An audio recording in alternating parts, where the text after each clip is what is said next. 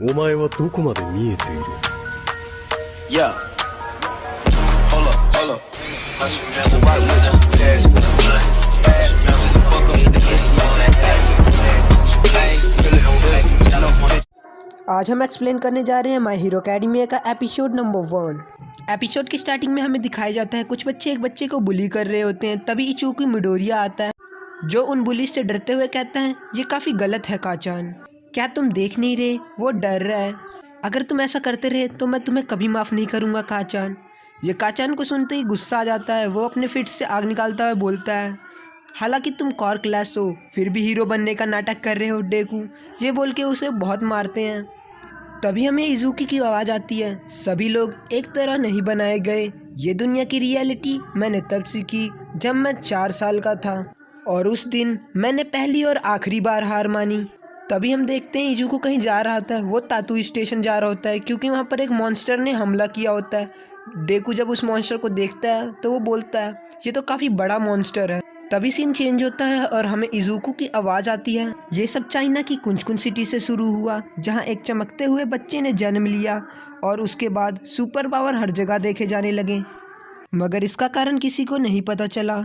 और इसके बाद सुपर नेचुरल नॉर्मल हो गया, ड्रीम्स रियलिटी बन गए, पूरी दुनिया सुपर ह्यूमन सोसाइटी बन गई जहाँ पर 80% पॉपुलेशन के पास खास तरह की पावर है और वो प्रोफेशन जिसका हर किसी का सपना है वो रियलिटी बन गई। हम देखते हैं वो मॉन्स्टर इधर उधर तबाही मचा रहा होता है। तभी एक इलेक्ट्रिक का खंभा नीचे गिर रहा होता है। तभी वहाँ कोई दौड़ के आता है और सबको कहता है हट जाओ और वो उस खंभे को पकड़ लेता है। उसका नाम होता है डेथ आर्म्स। सारे लोग उसे देख के खुश हो जाते हैं और बोलते हैं ये तो डेथ आर्म्स हैं, जस्टिस को अपनी ग्रेट फिजिकल स्ट्रेंथ से उठा कर रखता है।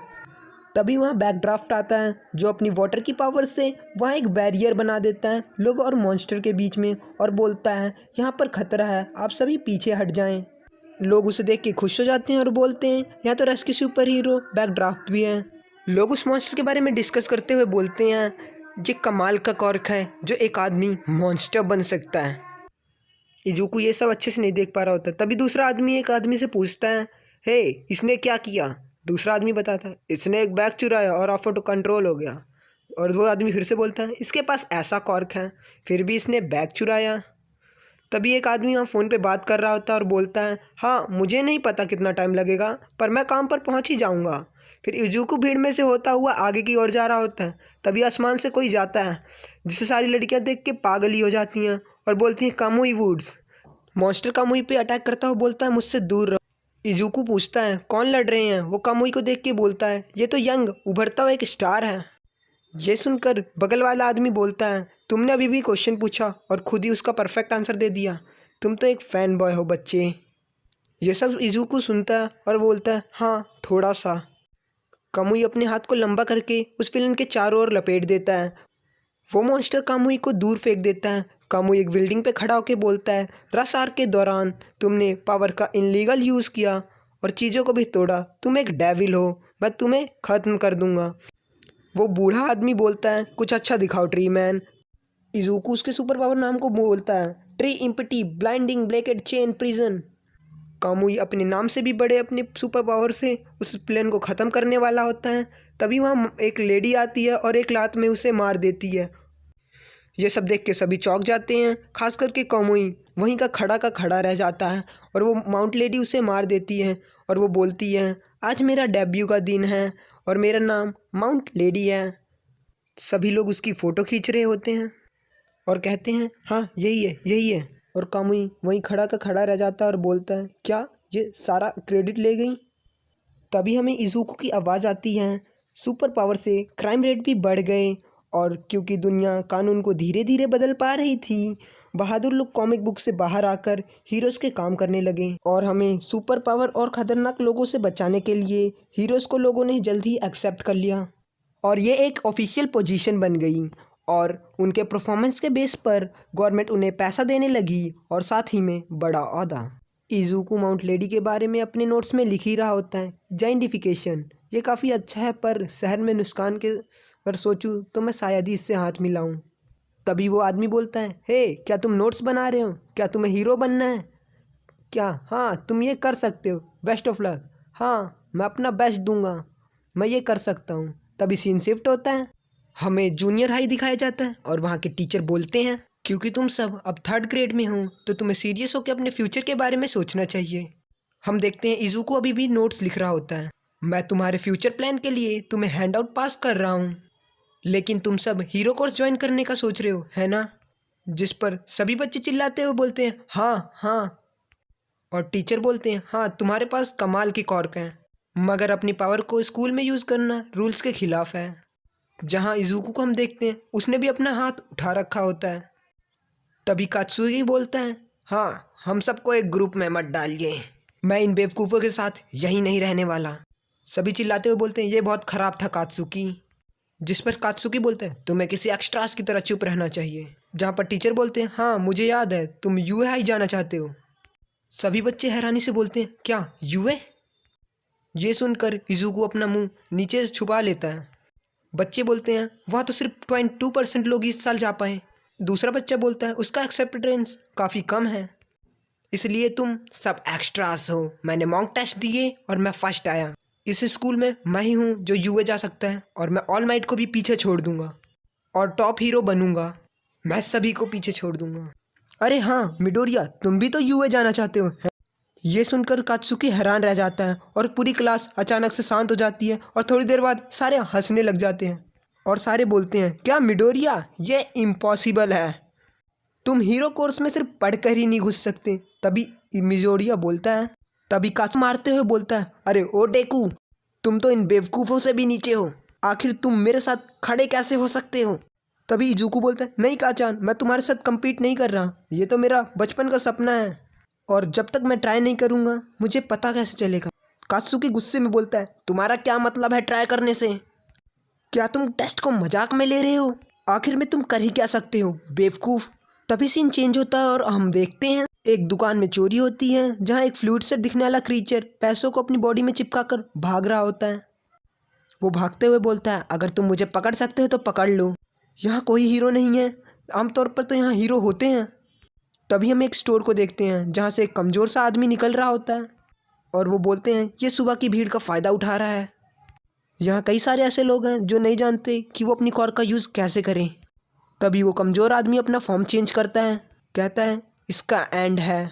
वो क्रिएचर उस आदमी को देखकर बहुत ज़्यादा डर जाता है और वो बोलता है डरो मत मैं यहाँ हूँ। इज़ुको अपने फ़ोन को स्क्रॉल कर रहा होता है और देखता है आज सुबह की इंसिडेंट्स उसमें आ रखी होती है। वो कहता है मुझे इस घर जाके जल्दी से इसको अपने नोट्स में लिखना है। वो अपनी नोटबुक बैग में रखने ही वाला होता है, तभी कात्सुकी उससे उसकी नोटबुक छीन लेता है। वो आगे बोलता है अभी हमारी बात ख़त्म नहीं हुई है डेकू। कात्सुकी के दोस्त आके उस नोटबुक को देखते हैं और पढ़ते हैं क्या हीरो एनालिसिस फॉर फ्यूचर। वो हंसते हुए बोलते हैं क्या सच में? इज़ुको खड़ा होकर बोलते हैं ठीक है अब मेरी नोटबुक मुझे वापस कर दो। कात्सुकी एक पंच मारकर उस नोटबुक को जला देता है और खिड़की से बाहर फेंक देता है। सभी हीरोज़ के पास उनके स्कूल के दिनों की कहानियाँ हैं और मैं चाहता हूँ कि मैं अकेला बच्चा रहूँ जो इस छोटे से स्कूल से यूए हाई ज्वाइन करेगा, समझे डेवकू बेवकूफ़।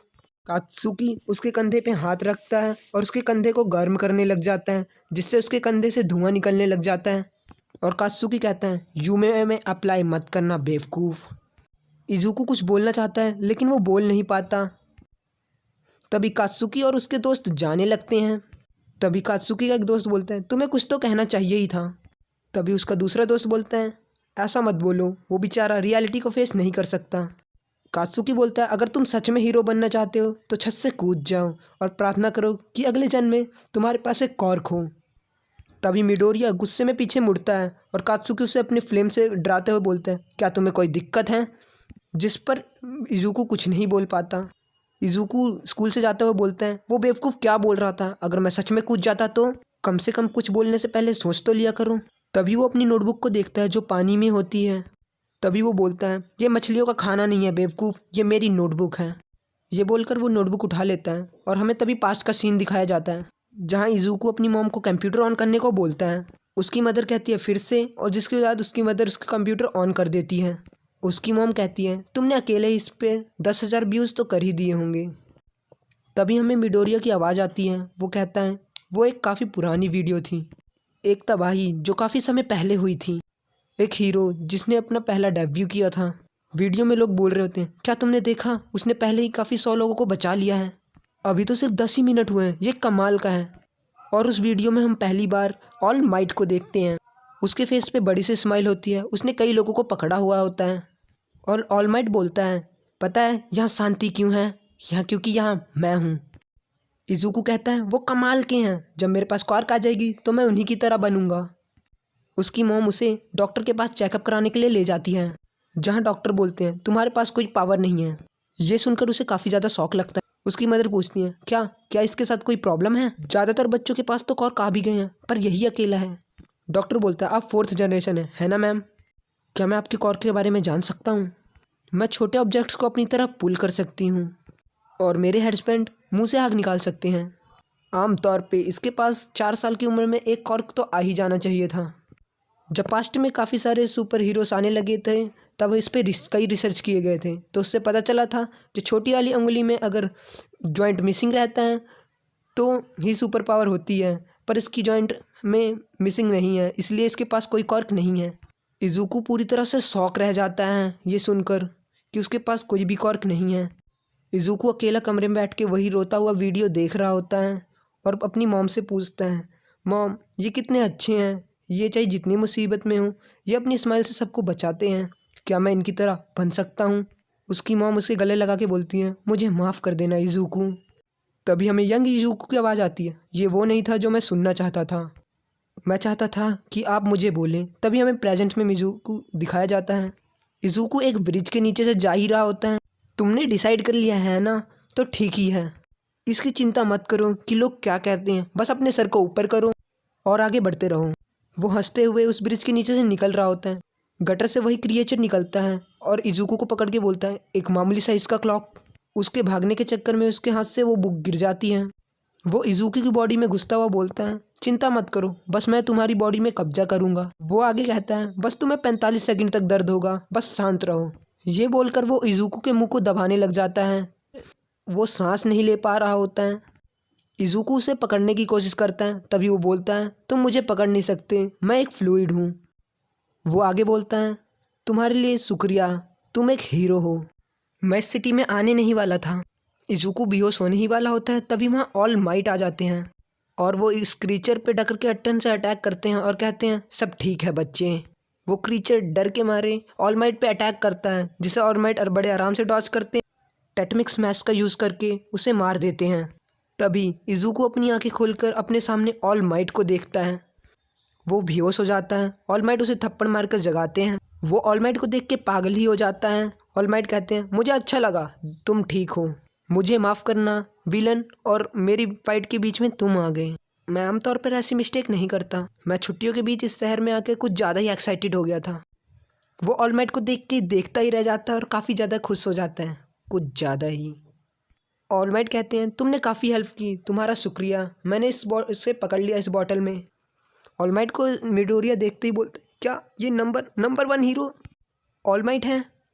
वो कहता है, अरे हाँ, मुझे इनका ऑटोग्राफ लेना चाहिए, मेरी नोटबुक। वो तभी अपनी नोटबुक को देखता है और जैसे उसको खोलता है उसमें पहले ही ऑल माइट ने अपना ऑटोग्राफ दे दिया होता है।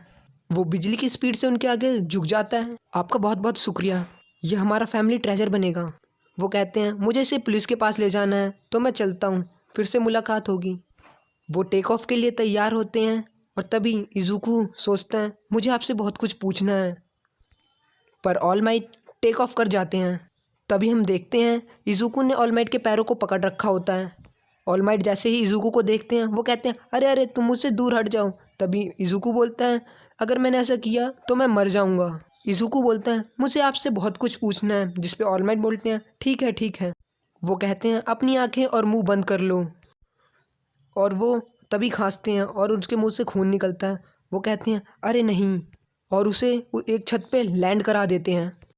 इज़ुको बोलता है, वो काफ़ी ज़्यादा भयानक था।